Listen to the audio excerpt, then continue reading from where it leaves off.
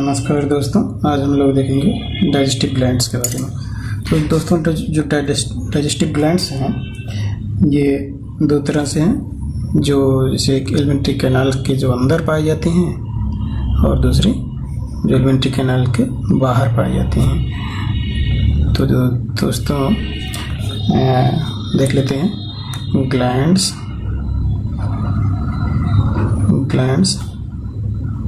इन alimentary canal.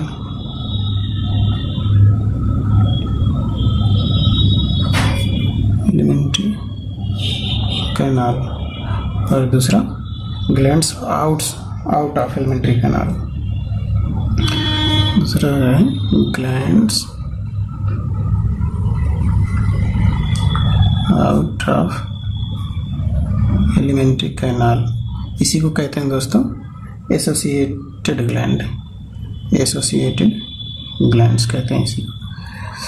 ठीक दोस्तों, देखते हैं जो आउटसाइड ग्लैंड पाई जाती हैं दोस्तों उसे एसोसिएटेड ग्लैंड कहते हैं। डाइजेस्टिव सिस्टम से मतलब एलिमेंट्री कैनाल से लगी हुई हैं ग्लैंड से डाइजेशन में जो हेल्प करती हैं, एलिमेंट्री कैनाल से बाहर पाई जाती हैं।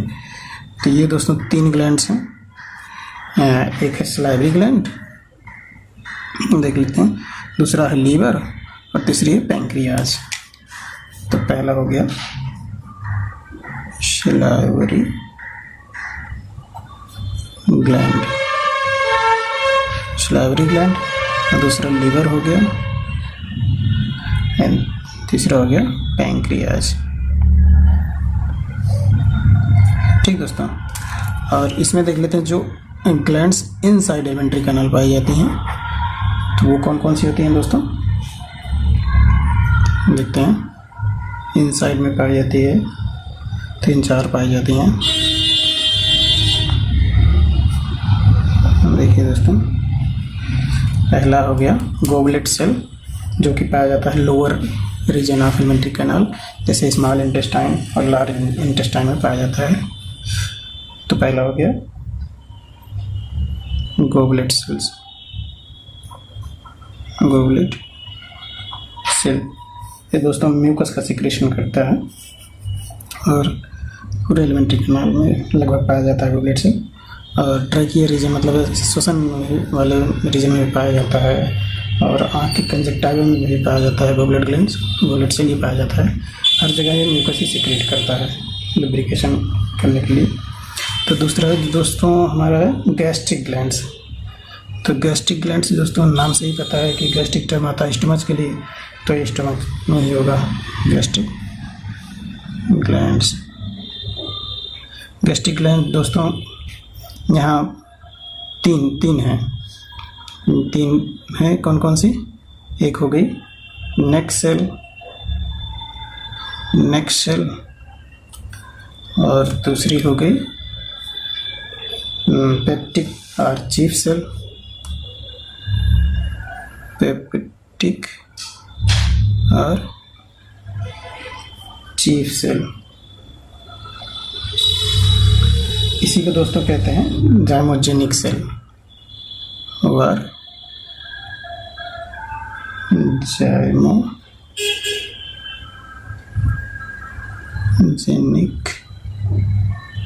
सेल। ठीक दोस्तों, और तीसरा है पेराइटल और ऑक्जेंटिक सेल। तो पेराइटल और ऑक्जेंटिक सेल। ठीक दोस्तों, यहाँ पे देखिए ये जो नेक्स्ट सेल है ये म्यूकस निकालता है और ये पेप्टिक और चीफ सेल्स या जाइमोजन सेल जो है ये दोस्तों एंजाइम निकालता है पेप्सिनोजेन।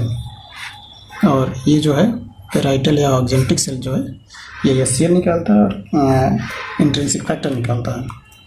ठीक दोस्तों, अब आगे देखते हैं। तीसरा है दोस्तों Brunner's gland.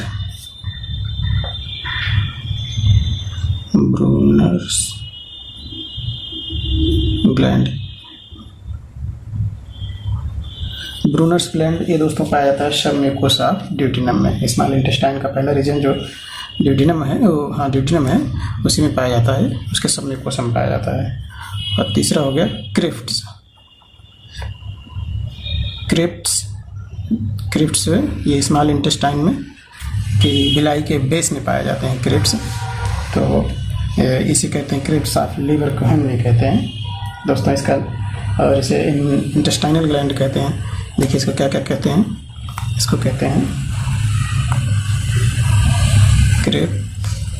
क्रिफ्ट्स of liver Cohen,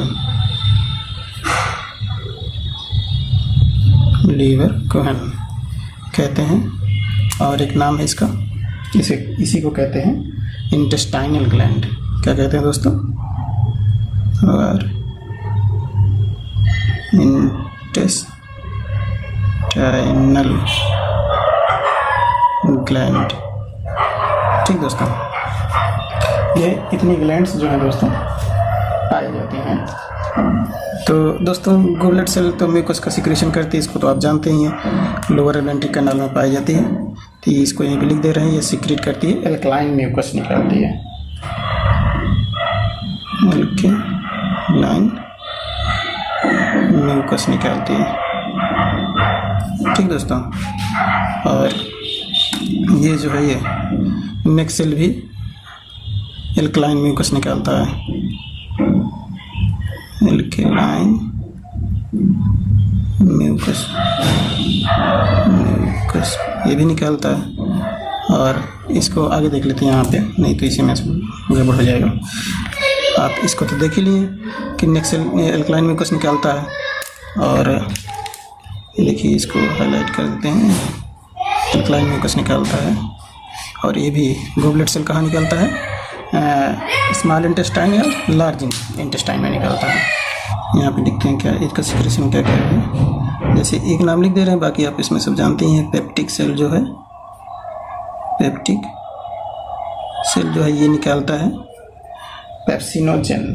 क्या निकालता है दोस्तों? पेप्सिनोजेन।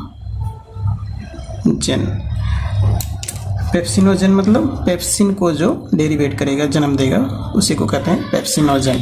तो ये इनएक्टिव एंजाइम होता है, निकलता है पेप्टिक सेल के द्वारा। और दूसरा है, यहाँ पे देखते हैं ऑक्जेंटिक सेल या पेराइटल सेल। तो देख लेते हैं ऑक्जेंटिक सेल। ऑक्जेंटिक सेल से दोस्तों क्या निकलती है? HCl निकलता है, हाइड्रोक्लोरिक एसिड, HCl, और इंट्रिंसिक फैक्टर निकलता है,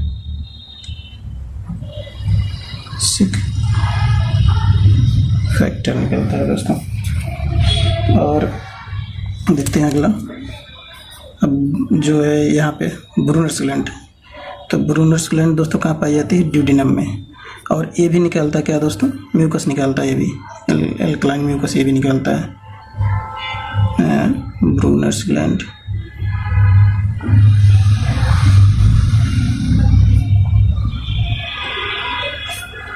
ब्रूनर्स ग्लैंड दोस्तों क्या निकालता है? एल्कलाइन म्यूकस, एल्कलाइन म्यूकस निकालता है। ठीक दोस्तों, इसको ध्यान रखिएगा। तो क्रिफ्ट्स में देख लेते हैं दोस्तों। क्रिफ्ट में 5 सेल पाई जाती हैं जो एंजाइम निकालती हैं। तो क्रिफ्ट्स बोले तो क्रिफ्ट्स ऑफ लीवर कोहेन। क्रिफ्ट्स जो होते हैं इसमें कितनी सेल हैं? 5 सेल।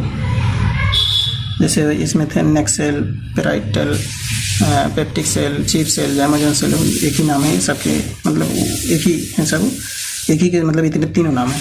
और पेराइटल सेल हो गया, मतलब इसी तरह है। तो ऐसे इसमें 5 हैं। तो पांचों का नाम देखते हैं दोस्तों। क्रिफ्ट में कौन कौन सी होती हैं? एक एब्जॉर्प्टिव सेल होता है, पहला है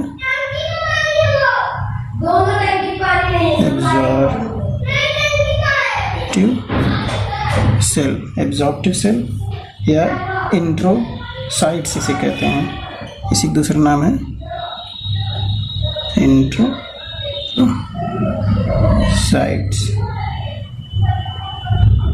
इंट्रोसाइट्स। और दूसरा हो गया दोस्तों, यहाँ भी वही गोबलेट सेल बताए थे ना, लिख दे रहे हैं, गॉबलेट सेल, स्मॉल इंटेस्टाइन है तो वही आ गया। और तीसरा है पेनेथ सेल,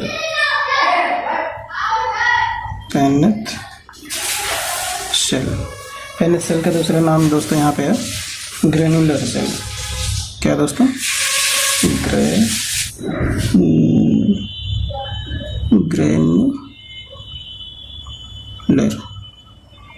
ग्रेनुलर सेल।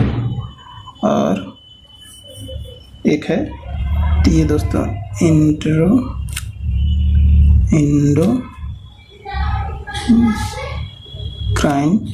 सेल्स, ये हार्मोन्स निकालता है दोस्तों ये वाला। और एक हो गया stem cell.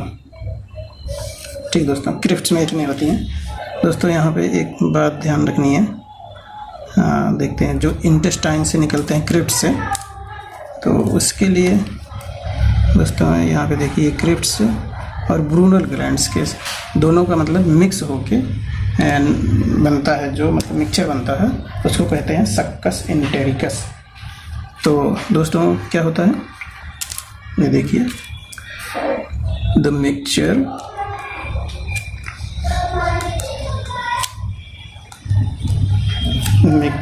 Of Brunner's gland and intestinal gland are called, इसे क्या कहते हैं दोस्तों? इंटेस्टाइनल जूस उसे कहते हैं। क्या कहते हैं दोस्तों? इंटेस्टाइनल जूस कहते हैं, या तो इसी को कहते हैं सक्कस इंटेरिकस। सक्कस इंटेरिकस,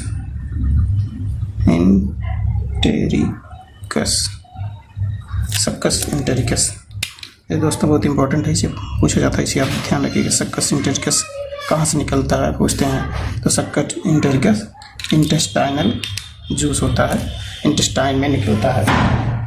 ठीक दोस्तों, अब हम लोग देखते हैं ये मतलब एलिमेंट्री कैनाल की पूरी मतलब हो गई ग्लैंड्स और सिक्रीशन। अब आगे हम देखते हैं एसोसिएटेड ग्लैंड है, उनके बारे में देखते हैं। तो पहली आ गई सलाइवरी ग्लैंड। तो यहाँ पे एसोसिएटेड ग्लैंड में आ गई पहली नंबर 1 सलाइवरी ग्लैंड। सलाइवा निकालते हैं दोस्तों, नाम से ही है सलाइवरी ग्लैंड। इनके बारे में थोड़ा देखते हैं। तो सलाइवरी ग्लैंड दोस्तों 3 पेयर होती हैं। कितनी होती हैं? 3 पेयर्स में होती हैं ये सलाइवरी ग्लैंड्स। तो देखते हैं कितनी होती हैं। 3 पेयर होती हैं। ठीक दोस्तों, तो 3 पेयर होती हैं। और 3 पेयर कौन कौन से हैं? एक हो गई पैरोटिड नाम, 3 पेयर हैं, तीनों का नाम देखते हैं दोस्तों। एक हो गई पैरोटिड। ये पैरोटिड्स जो होती हैं कहाँ पाई जाती है? चीक के नीचे पाई, चीक के रीजन में पाई जाती है। चीक होता है उसी के मतलब गाल के आसपास पाई जाती है। और दूसरा है सब मैक्सिला बोन जो है उसके नीचे पाई जाती है, या मैंडिबुलर, सब मैक्सिली या सब मैंडिबुलर इसी कहते हैं, मैक्सिलरी या इसी कहते हैं सब मैंडिबुलर,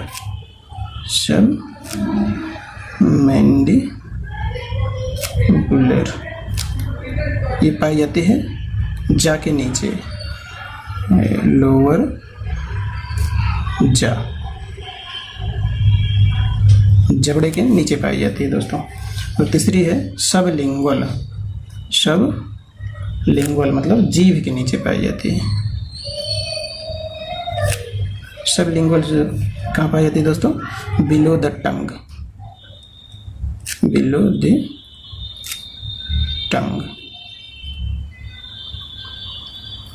ठीक दोस्तों, और ये तीनों क्या निकालती हैं? सलाइवा निकालती हैं। क्या निकालती है दोस्तों?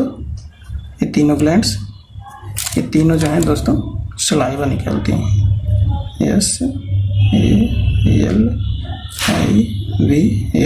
सलाइवा। ठीक दोस्तों, तो अब सलाइवा में क्या क्या होता है दोस्तों ये देख लेते हैं। सलाइवा में कौन कौन सा कंटेंट पाया जाता है। तो दोस्तों सलाइवा में पाए जाते हैं इलेक्ट्रोलाइट्स और एंजाइम। तो सलाइवा में दोस्तों क्या होता है,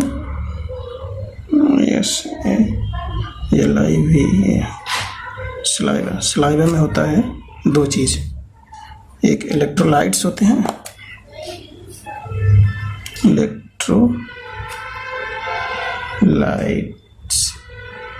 और दूसरी चीज़ क्या होती है दोस्तों, एंजाइम होते हैं,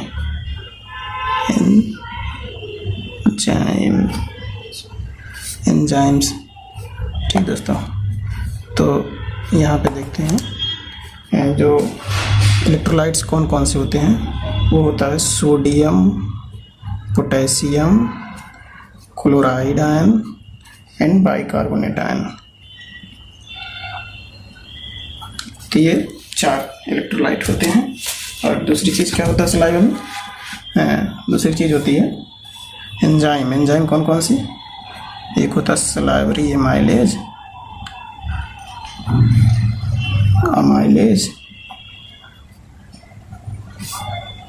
और दूसरा होता है लाइसोजाइम।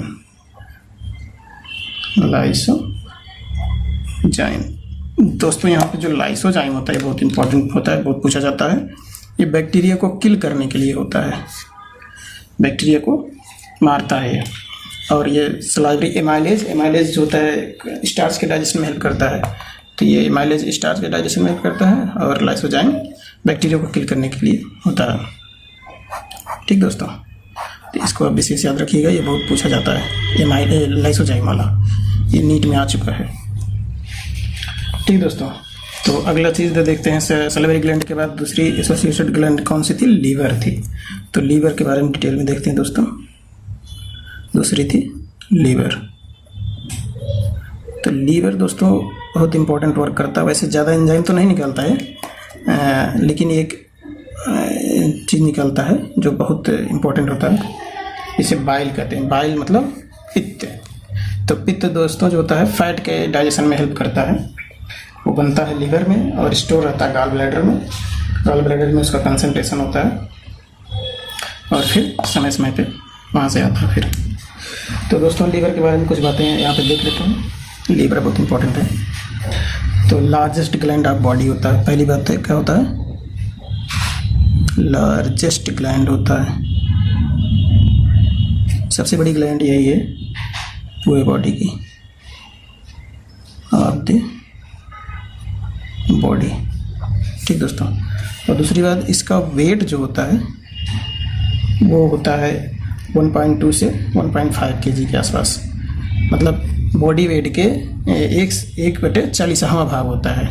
कितना होता है इसका वेट जो होता है लीवर का दोस्तों, 1.2 kg to 1.5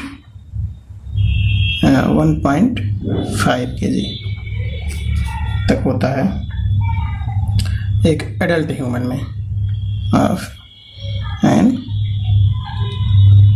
एडल्ट ह्यूमन। दोस्तों ये 1/40वां भाग होता है बॉडी वेट का। जैसे अगर 1 किलो का लीवर होगा तो शरीर 40 किलो का होगा। ठीक दोस्तों, 1/40 होता है।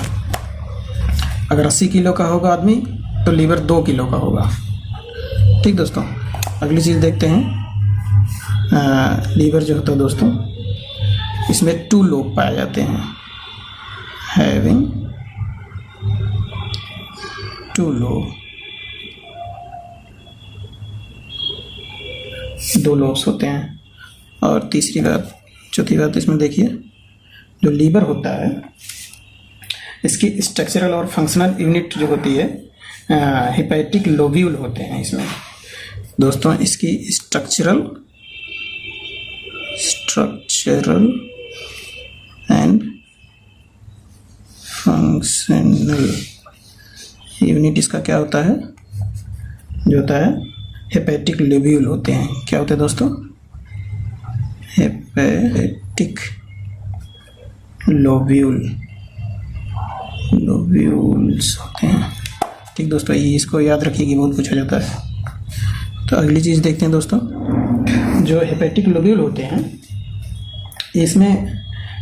इसमें सेल पाए जाते हैं। तो ये अरेंज होते हैं कॉर्ड्स के फॉर्म में, जो एक पैटर्न बनाते हैं जिसको कॉर्ड कहते हैं। तो हेपेटिक लोब्यूल जो सेल कंटेन करते हैं, लिखते हैं hepatic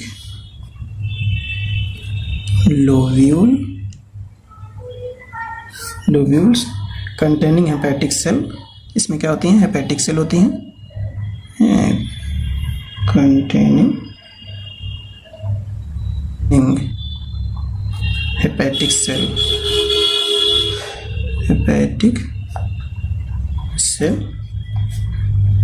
in the form of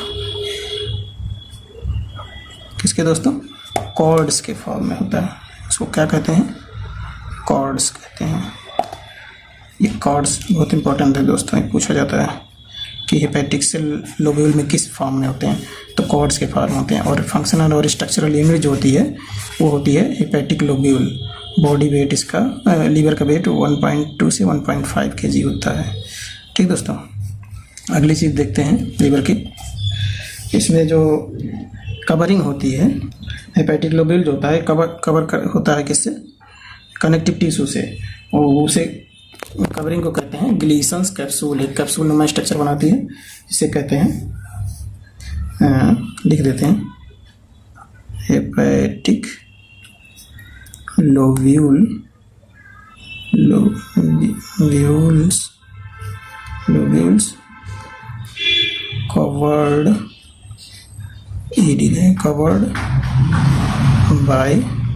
covered by thin connective tissue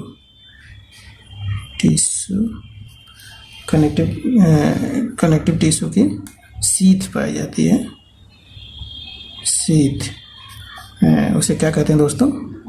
उसे कहते हैं ग्लीसन्स कैप्सूल। क्या कहते हैं दोस्तों? ग्लीसन्स कैप्सूल कहते हैं। ठीक दोस्तों, ये भी बहुत इंपॉर्टेंट है, बहुत पूछे जाते हैं सब, इसको ध्यान रखिएगा। अगली चीज़ है दोस्तों, लीवर के बारे में क्या है? तो लीवर सिक्रीट क्या करता है? ये सिक्रीट करता है बाइल को। क्या सिक्रीट करता है दोस्तों? सिक्रीट करता है बाइल को। और इसमें कोई एंजाइम नहीं होता, नो एनी एंजाइम कोई नहीं होता इसमें, बाइल में। ये आप विशेष ध्यान रखिएगा, बाइल जो होती है इसमें कोई एंजाइम नहीं पाया जाता। और ये क्या काम करता है दोस्तों? बाइल इमल्सिफिकेशन ऑफ फैट करता है। फैट का इमल्सिफिकेशन कर देता है, मतलब उसका सरफेस एरिया कम हो जाता है, जिससे उस पर एंजाइम्स और जो हैं अच्छे से काम कर सकें। तो बाइल के बारे में दोस्तों देख लेते हैं। तो बाइल जो है स्टोर्ड रहता है किसमें? यहाँ पे दोस्तों देखते हैं, बाइल जो होता है, बाइल स्टोर्ड और कंसंट्रेटेड होता है गॉल ब्लैडर में। जी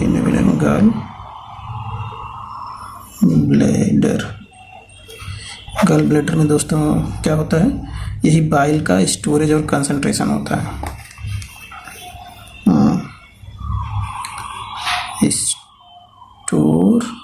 स्टोर्स एंड concentrated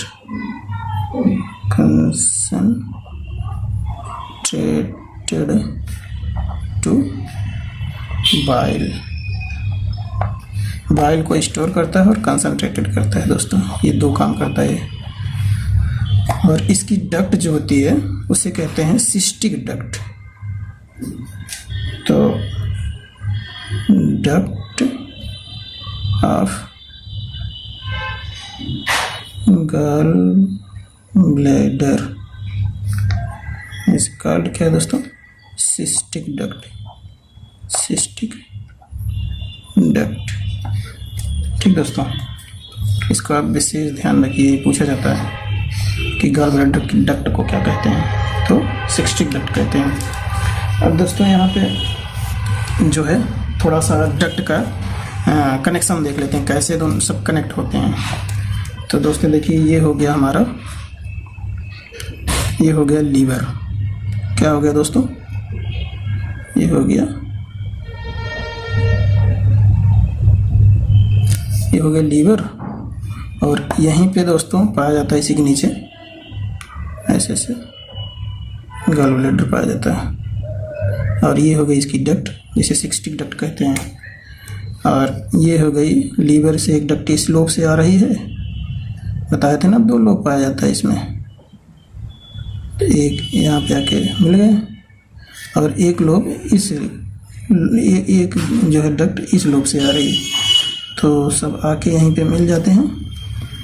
तो ये देखिए, ये थोड़ा नीचे ला के मिलाते हैं, कहाँ से गड़बड़ हो जाएगा, नहीं तो यहाँ पे आके मिलाएं। तो ये जो है, हाँ ये देखिए दोस्तों ऐसे। तो ये जो डक्ट हैं लीवर से आ रहा है, लीवर को हिपर कहते हैं, तो हेपेटिक डक्ट हैं ये दोनों। ये कौन सी डक्ट हैं दोस्तों, ये हैं हेपेटिक डक्ट, हेपेटिक डक्ट। और ये जो हाँ दोनों मिल गए हेपेटिक डक्ट, इसे कहते हैं कॉमन बाइल डक्ट। हाँ इसे कहते हैं, हाँ कॉमन हेपेटिक डक्ट कहते हैं, बाइल डक्ट नहीं दोस्तों, common hepatic duct, hepatic duct. और जहाँ ये है सिस्टिक डक्ट, ये देख ये हो गई cystic duct, cystic duct, pancreatic duct का नाम सिस्टिक डक्ट। अब ये सब जो है ये आगे जब बढ़ी तो ये बनाई कॉमन बाइल डक्ट, क्योंकि इसमें सब बाइल ही भरा रहता है, इसलिए इसका नाम हो गया कॉमन बाइल डक्ट। ये हो गया कॉमन बाइल डक्ट। अब दोस्तों ये कॉमन बाइल डक्ट जो होता है जाके मिल जाता है पैंक्रियाटिक डक्ट में। किसमें दोस्तों, एक आती है डक्ट जिसे कहते हैं पैंक्रियाटिक डक्ट, ये हो गई पैंक्रियाज की डक्ट। अब ये हो गया पैंक्रियाज का स्ट्रक्चर, देखिए दोस्तों ऐसे करके होता है, ये हो गई पैंक्रियाज। ठीक दोस्तों, ये हो गई पैंक्रियाज, और इसकी डक्ट हो गई पैंक्रियाटिक डक्ट। और ये सब जाके मिल रहे हैं किसमें, डिओडिनम में। ये है डिओडिनम, ये डिओडिनम है।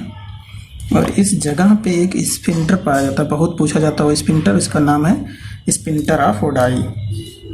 तो देखिए दोस्तों, ये हो गई कॉमन बाइल डक्ट, और इस डक्ट का नाम है पैंक्रियाटिक डक्ट। ये है पैंक्रियाटिक डक्ट,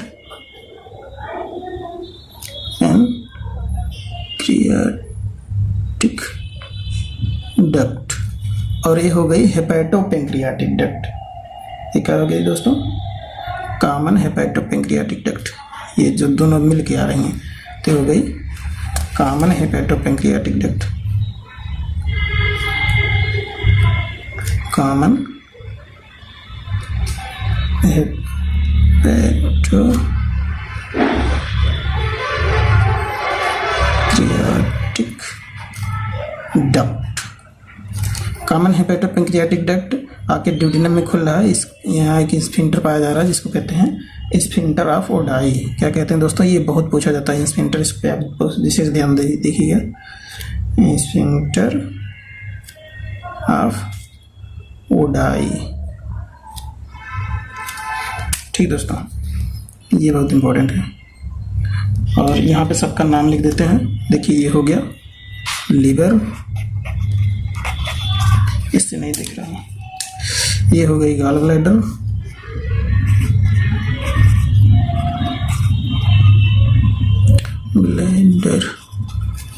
और ये हो गई पैंक्रियाज,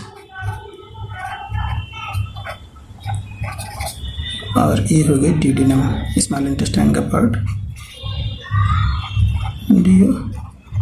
ड्यूडेनम। ठीक दोस्तों, ये हो गई डक्टस सिस्टम। अब दोस्तों थोड़ा सा पेंक्रियाज के बारे में देख लेते हैं, लास्ट वही है।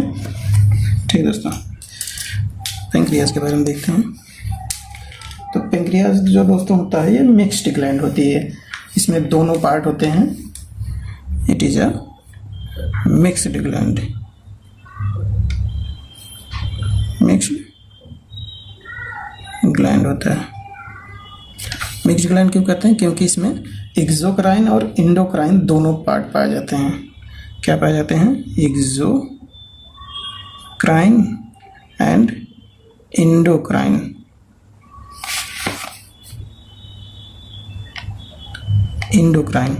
इंडोक्राइन दोस्तों जो होता है, क्या निकालता है? हार्मोन्स निकालता है, सीक्रेट करता है। और एक्सोक्राइन में क्या होते हैं? एक्सोक्राइन से दोस्तों निकलते हैं, बहुत चीज़ें निकलती हैं एक्सोक्राइन पोर्शन से।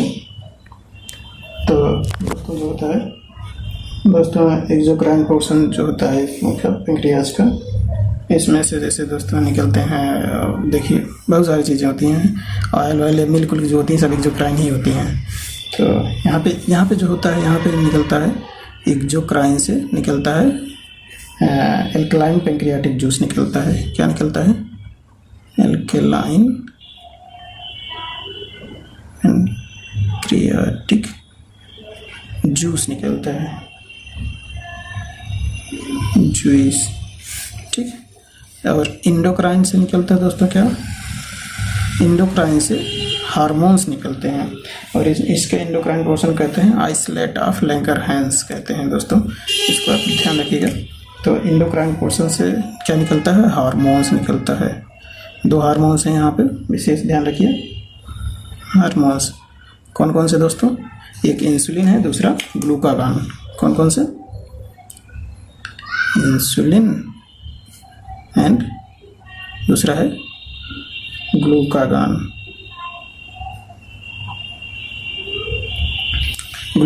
ये दोनों दोस्तों मिलके एक दूसरे के एंटागोनिस्टिक वर्क करते हैं। एक ग्लूकोज को सेल में बढ़ाता है, एक ग्लूकोज जो है सेल में घटाता है। तो दोनों मतलब एक दूसरे के अपोजिट वर्क करते हैं। और यहाँ पे पेंक्रियाटिक जूस जो होता है दोस्तों, ये कंप्लीट डाइजेस्टिव जूस होता है, इसको आप विशेष ध्यान रखिएगा। इसे कहते हैं complete digestive juice, pancreatic juice को कहते हैं कंप्लीट डाइजेस्टिव